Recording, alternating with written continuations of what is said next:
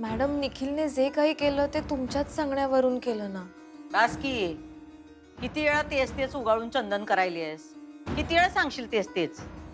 Madam please please त्याला वाचवा ना ह्या सगळ्यातून. त्याला वाचवू? त्यानं आमच्याच गळ्याला फास लावला असता. आम्ही त्याला फक्त गोडाऊनला आग लावायला सांगितली होती, माणसं जाळायला सांगितली नव्हती. 25-25 वर्ष ही माणसं आमच्याकडे काम करतात, ते काय उगाच? त्यांना आम्ही जपतो म्हणून आग लागल्यानंतर बी आजही ते आमच्या बरोबर आहेत. आणि हा त्यांनाच जाळायला निघाला होता. मॅडम त्याच्याकडून झाली चूक मान्य आहे, पण चूक झाली ना मग आता शिक्षा भोगायची त्याची. अहो मॅडम पण तुमच्याच सांगण्यावरून केलं ना त्यांनी सगळं. हे बघ, परत जर का हा शब्द तुझ्या तोंडातून बाहेर आला तर आमच्यासारखं वाईट दुसरं कोणी नसेल. पण मॅडम सत्य आहे हे. आग लाव तुझ्या सत्याला. आम्ही म्हणतोय की आम्ही सांगितलंच नाही त्याला आग लावायला. हा कसं कसं सिद्ध करशील? काय पुरावा आहे तुझ्याकडं? आणि कोण विश्वास ठेवणार ग तुझ्या आणि त्याच्या शब्दावर? आणि आमच्यावर पुराव्याशिवाय जे कोणी आरोप करतात का नाही, त्यांचं काय होतं हे तुझ्या बहिणीच्या उदाहरणावरनं लक्षात आलंच असेल तुझ्या. मॅडम आपला कॉन्ट्रॅक्ट आहे, म्हणजे आम्ही मदत करतो तुम्हाला. ओ हिराबाई, तुमच्या बोलात बोल आहे का? हा, तुम्ही जी मदत केली म्हणताय ना, ती मदत नव्हती, तो सौदा होता, सौदा. जरा फरक समजून घ्या. म्हणजे असं ज्याच्यात समोरच्याकडून कसली भी अपेक्षा नसत्या त्याला मदत म्हणतात. पण आपला हाय तो सौदा, कळलं? तुम्ही आमच्यासाठी जे काय करताय त्याचा मोबदला आम्ही दिलाय आणि देत आलोय. त्यामुळं मदतीचा पावशेर आमच्यावर ठेवायचा नाही. आग लागली त्यात आमचे कामगार भाजले, त्यात आमच्या अधिपतींना दोषी धरलं असतं पोलिसांनी, आणि वरतून त्या कामगारांच्या बायकांना भडकिवलं. आमच्या अधिपतींच्या तोंडाला काळं फासायला निघाल्या होत्या. ह्यो उद्योग कशाला करायचा हे सगळं आम्ही करायला सांगितलं होतं. इंडोक माणूस आहे त्यो, स्वतःच्या हातानं पायावर कुऱ्हाड मारून घेतली त्यानं. आणि तुम्ही काय त्यांची वकिली करायला आलात का इकडं? हा, एक सांगतोय, तुम्ही जे काय केलंय का नाही ते पैशासाठी केलंय. आणि स्वतःच्या बहिणीला पैशासाठी ऐकणारी तू काय आमच्याशी बोलायला येतेस? चल निघ.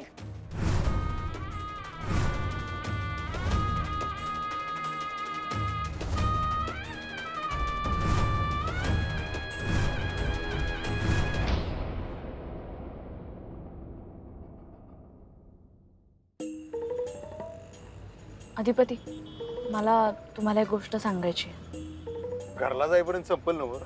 तुम्ही चेष्टा करू नका, सिरियस गोष्ट आहे. बरोबर, ठीक आहे. सिरियस आहे का? आता एकदम सिरियस. त्या बायका मला भेटल्या होत्या ना कामगारांच्या, तेव्हा त्यांनी मला सांगितलं की चंचीनं त्यांना भडकावलं होतं तुमच्या विरुद्ध. काय सांगायला? चंची? हो, म्हणजे त्यांना नाव माहित नव्हतं तिचं, पण त्यांनी जे वर्णन सांगितलं त्यावरून मी चंचलाचा फोटो त्यांना दाखवला आणि मग त्यांनी ओळखलं. त्या म्हटलं हीच होती. आई शपथ, या चंचीचं काय करायचं मला कळत नाही बघा. एवढं झालं तरी अक्कल येत नाही या पोरगीला. चिचुंद्री काय ना काहीतरी कुरतडत राहत्याच कायम आपलं. आणि त्या असंही म्हणाल्या की तिच्या बरोबर अजून एक मुलगा होता कोणीतरी. कोण? माहित नाही. निखिल असणार तो 100%. निखिल? कारण आग लावणार मी तोच होता. म्हणजे ते गोडाऊनचं वायरिंग जे काही ढिलं गेलं होतं ते त्यानंच केलं होतं. काय सांगताय तुम्ही? निखिलनं वायरिंग लूज केलं? हो, मी तुम्हाला सांगायचं राहिलं, त्याला हाकलून लावलाय मी कारखान्यात. अरे बापरे, पण असं का केलं त्यांनी? का केलं, कशासाठी केलं काय माहिती. आता त्यासाठी असणार हो, तो राग काढत असणार. माग त्याला नाही का मी कामावरून काढून टाकलं होतं, त्याचा राग असणार त्याच्या मनात. तुम्ही हे सगळं मॅडमना सांगितलं? त्यांना सुद्धा या गोष्टी कळायला पाहिजे. आई साहेबांनी कळायचं राहते वे असल्या सगळ्या गोष्टी त्यांना कवाच्या काय कळलेल्या असतील.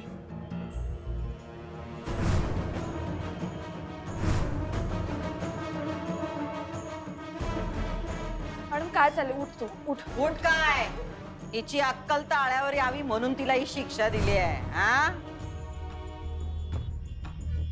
खरंच हो, तुम्ही म्हणताय तसं मॅडमना कळलं असणार म्हणूनच त्यांनी चंचलाला शिक्षा दिली असणार. अहो सांगतोय काय, उडत्या पाखराची पक्क मोजत्यात आई साहेब.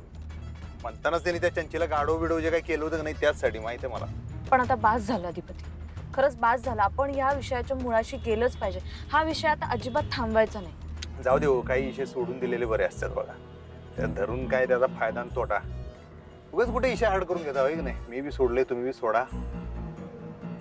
मागचं सगळं सोडून द्यायचं बघा, पुढं जायचं माणसानं.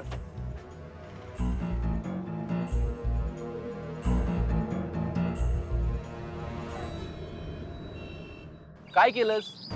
हा सांग ना. त्या दिवशी एवढं तावातावात बोलत होतीस मला की मी बघते सगळं, तू नेहमीप्रमाणे कामावर जा. काय झालं? आलं ना सगळं अंगाशी आलं ना माझ्या. हिरा तू काही केलेलं नाहीयेस. हा निखिल अरे मी प्रयत्न केले, तू चूकच एवढी मोठी केली आहेस की हिरा, नोकरी गेली माझी इथे. माझ्या चुका काय काढतेस तू? त्या फालतू कामगारांसमोर तुझा तो सो कॉल जेजू अधिपती जो त्यांच्या एवढा शिकलाय तो नको नको ते बोलला मला. मी इंजिनियर आहे, लायकी आहे त्याची मला बोलायची आहे. राजीनामा लिहून मागितला माझ्याकडून आणि तू काय केलंस? काही नाही केलं. इनफॅक्ट तू काहीच करू शकत नाही. तू फक्त मला अक्कल शिकवू शकतेस. हिरा, तू माझी नोकरी नाही वाचवू शकलीस. तू जर ऐकून घेतोयस का माझं निखिल? हे बघ मी खरंच प्रयत्न केले होते. मी भुवनेश्वरी मॅडमना जाऊन भेटले, बोलले. काय रिझल्ट आला त्याचा? हा? सांग ना काय रिझल्ट आला? राजीनामा घेतलाच ना त्यांनी माझ्याकडून. हिरा, मला ना तुझ्याकडून इतक्या अपेक्षा होत्या ना. त्या दिवशी एवढं तावातावात बोलत होतीस की मी सगळं निस्तरीन. काय केलंस? काही नाही केलंस. मी कसं सांगू आता घरी? काय सांगू माझी नोकरी कशी गेलीये? हे सगळं ना हिरा फक्त तुझ्यामुळे झालंय. निखिल हे बघ ऐक, तू जाऊ नकोस. मी काय सांगते ऐक ना. नाही हिरा, तुझं सगळं बरोबर आहे. माझं चुकलं. मी तुझ्यावरती विश्वास ठेवला. तू काही करू शकलेली नाहीयेस माझ्याशी. निखिल अरे, मला काही बोलायचं नाहीये. अरे मी प्रयत्न करते, तू ऐकून घे माझं. निखिल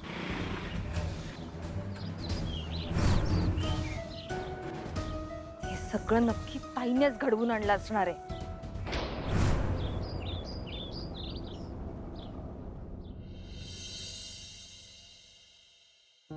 आणि तुला सांगते कधी कधी ना मला असं वाटतं की भुवनेश्वरी मॅडम म्हणतात ते बरोबर आहे. शिक्षणाचा आणि अकलेचा काहीही संबंध नसतो. म्हणजे आता अधिपतींचंच बघ ना.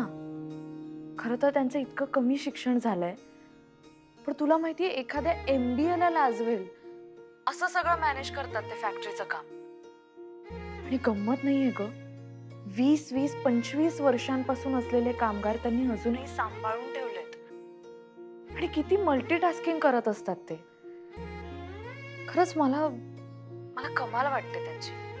आणि ना सगळं इतकं व्यवस्थित सांभाळतात ना ते, खूप व्यवस्थित सांभाळतात. म्हणजे आपण म्हणतो ना एखाद्याला एखाद्या गोष्टीची जात्यात समज असते, तसं आहे त्यांचं. कधी कठोर व्हायचं, कधी मवाळपणा दाखवायचा, कुठे नमतं घ्यायचं, कसं लोकांना समजून घ्यायचं हे बरोबर कळतं त्यांना. मला फार कौतुक वाटतं त्यांचं कधी कधी. आणि कधी कधी असंही वाटतं की मला मास्तरीणबाई म्हणतात ते, पण मी काय शिकवायचं त्यांना. बर एनिवे, तू फोन केला होतास आणि मीच बोलत बसली. काय झालं? नाही अगं, मी ते तुला हे सांगणार होते की माझ्याच मागे लागली ही नुसती.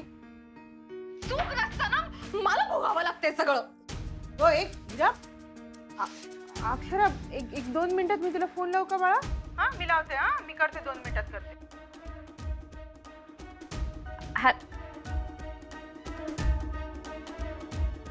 काय ग, काय झालंय? काय झालंय?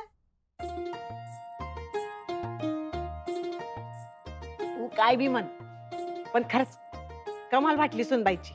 धीरानं हाताळली तिने समधी परिस्थिती. समध्या बायकासनी कसं समजावून सांगितलं. असं पाहिजे बघ. ते म्हणतात ना मग की हा, यशस्वी पुरुषाच्या माग बाई असत्या, तसंच आहे बघ. अशी बायको तुझ्या पाठीशी असल्यावर तुला यश मिळणार म्हणजे मिळणार. हं. तथाच तू. तसाच तू. नाही, पण खरंय तुझं. हा, पण ते यशाचं झालं, पण संसाराचं काय? संसाराला काय धाड भरल्या चाललाय की. हा अरे असं कसं?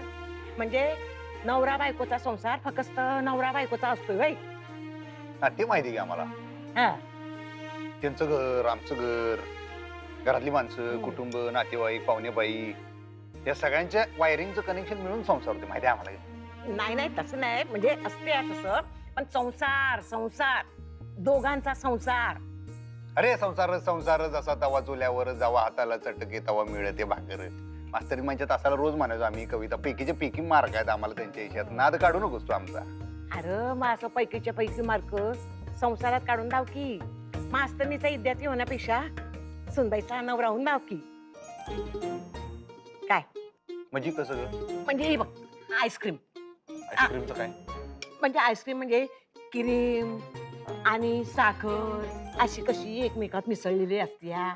मग त्याच्यातून गारवा गोडवा सगळीकडे पसरतोय ना व. कसं खाया गोड वाटतंय ना व.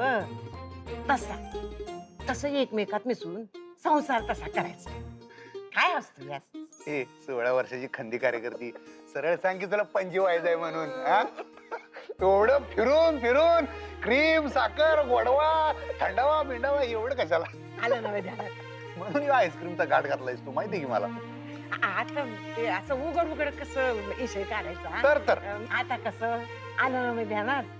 अरे इटल्याच्या कीर्तनानं आजीवात आलं, पण पणजी झाल्यावर कसं वैकुंठाला मी आनंदानं जाऊ शकते ना व. ए आजी, उगाच वैकुंठाच्या बिकुंठाच्या कशाला गप्पा मारतेस भरल्या घरात. हे बघ, तुझ्या सगळ्या इच्छा पूर्ण होणार, पण जरा येळ जाईल. अरे पण मी काय जगा वेगळे बोलते वेगळं. अगं पण आमचं नातं जगा वेगळं जाईल की, तुला माहित नाही आता. हा, मास्तरीन बाईंच्या एकतर मनाविरुद्ध लगीन झाले, त्या जोपर्यंत मनापासून आमचा स्वीकार करत नाहीत का नाही आजी, तोपर्यंत तू कुठल्या अपेक्षा ठेवू नकोस. मी तुला स्पष्ट सांगतो. अरे हे बघ पण आजी, हाय ते आहे. आपण कायद्याच्या नात्यापेक्षा मनाच्या नात्याला महत्व देतो. आमचं त्यांच्यावर प्रेम आहेच ग, पण त्या जवळ मनापासून मला आपलं मानत नाहीत, तोवर काय होणार नाही.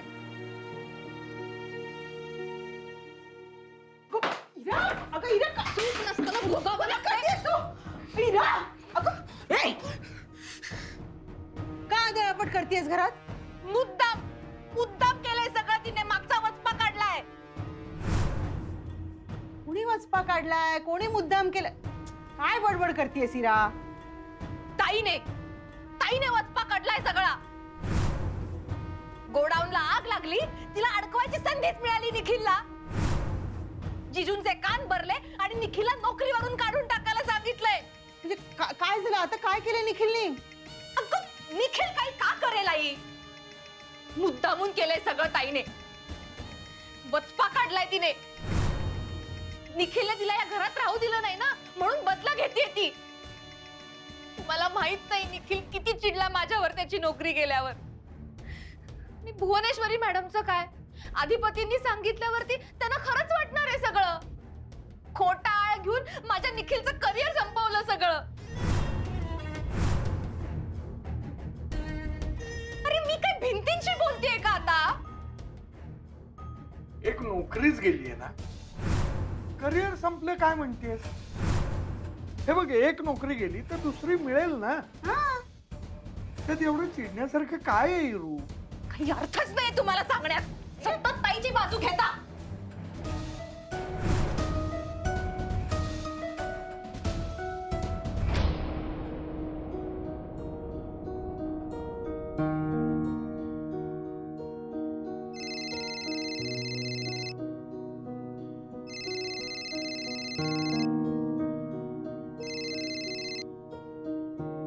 हॅलो आई, हा अक्षरा, काय झालं ग? मगाशी अचानक फोन ठेवून दिलास?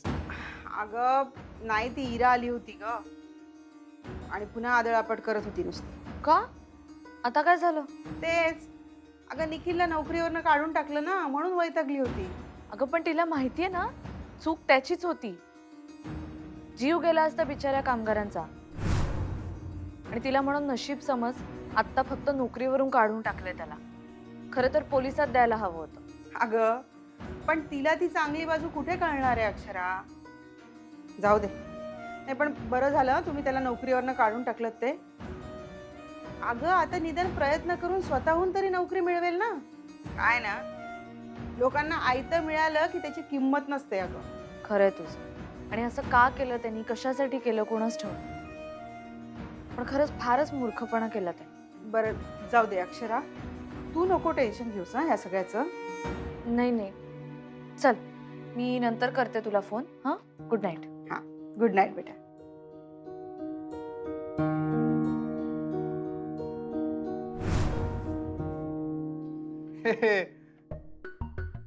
ते काय कोणी टाकलं, तुम्ही टाकलं काही?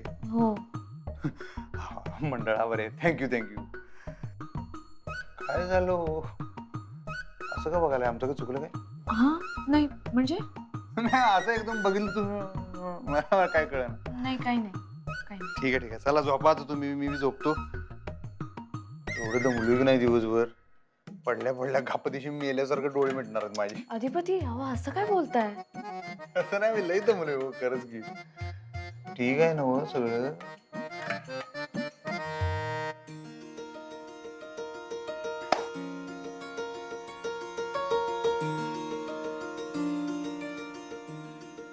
नाही, मला मला बोलायचंय तुमच्याशी. हा बोला काय.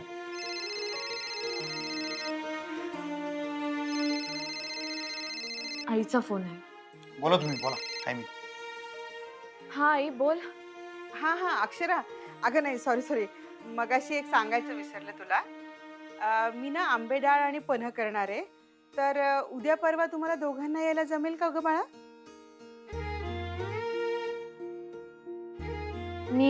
मी विचारते अधिपतींना. विचारते काय, सांग त्यांना आग्रहाचं आमंत्रण आहे म्हणावं, यावंच लागणार आहे. ठीक आहे, ओके. बरं ऐक ना अक्षरा, आता खरंच गुड नाईट.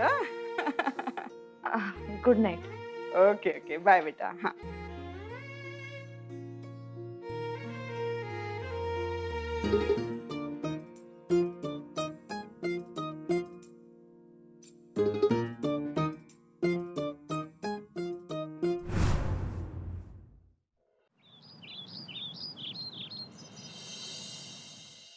अक्षरा घरी आली आहे. अधिपतीचा संसार पुन्हा सुरू झालाय. या दोन गोष्टी तरी बऱ्या घडल्यात. तुझा आशीर्वाद राहू दे. बघत राहा सगळं, आणि सगळं नीट होऊ दे आता. बाबा, काय करताय? काही नाही ग, नेहमीचा संवाद. मन मोकळं करत असतो. जुनी सवय. माझी खात्री आहे त्या तुमचं नक्की ऐकत असणार. अक्षरा, ते कळलं काही? म्हणजे आग का लागली, कशामुळे लागली, काही समजलं? तेच सांगायला आले होते बाबा. कशी लागली, कुणामुळे लागली, सगळं कळलं. म्हणजे हा सगळा निखिलचा उद्योग होता. मी तुम्हाला म्हटलं होतं ना बाबा, यामध्ये तुमचा काहीही संबंध नाहीये. काय? निखिल म्हणजे तू तुझ्या बहिणीचा? पण आता अधिपतींनी त्याला अशी अद्दल घडवली आहे ना, चांगला धडा शिकवलाय त्याला. पुन्हा असलं काही करणार नाही तो. आणि तुम्हाला माहितीये बाबा, ह्या सगळ्यामध्ये मला अधिपतींची एक वेगळीच बाजू दिसली. किती हळवेत ते सगळे कामगार हॉस्पिटलमध्ये ऍडमिट होते तेव्हा एक मिनिट सुद्धा चैन पडलं नाही त्यांना. असं वाटत होतं की आपल्या घरातलं कोणीतरी ऍडमिट झालं हॉस्पिटलमध्ये. स्वभावानं चांगला आहे ग तो. आणि त्याच्या आईचे गुण आलेत त्यात, खऱ्या आईचे.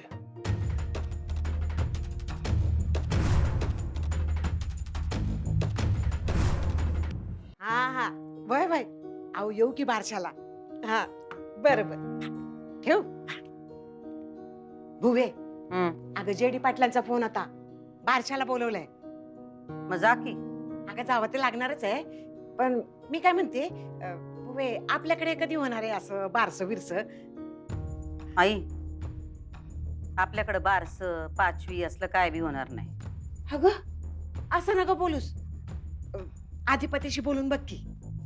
आम्ही अधिपतींशी बोलणार नाही, कारण सुनबाई त्यांच्या पात्रतेच्याच नाहीत. सुनबाई चांगली पोरगी आहे. अधिपतीला समजून घेऊन संसार करतीया. मी काय म्हणते, आपण त्या दोघांना बाहेर फिरायला पाठवूया की. बाहेर पाठवायचंच आहे, पण सुनबाईंना कायमच. अगं असं का बोलतीयास? घरची लक्ष्मी आहे ती. घरची लक्ष्मी आणि घरचे मालक दोघही आमच्या डोळ्यात सलतायत. त्यांना नमवल्या बिगर आणि यांना घराबाहेर काढल्या बिगर आम्ही काही शांत बसणार नाही.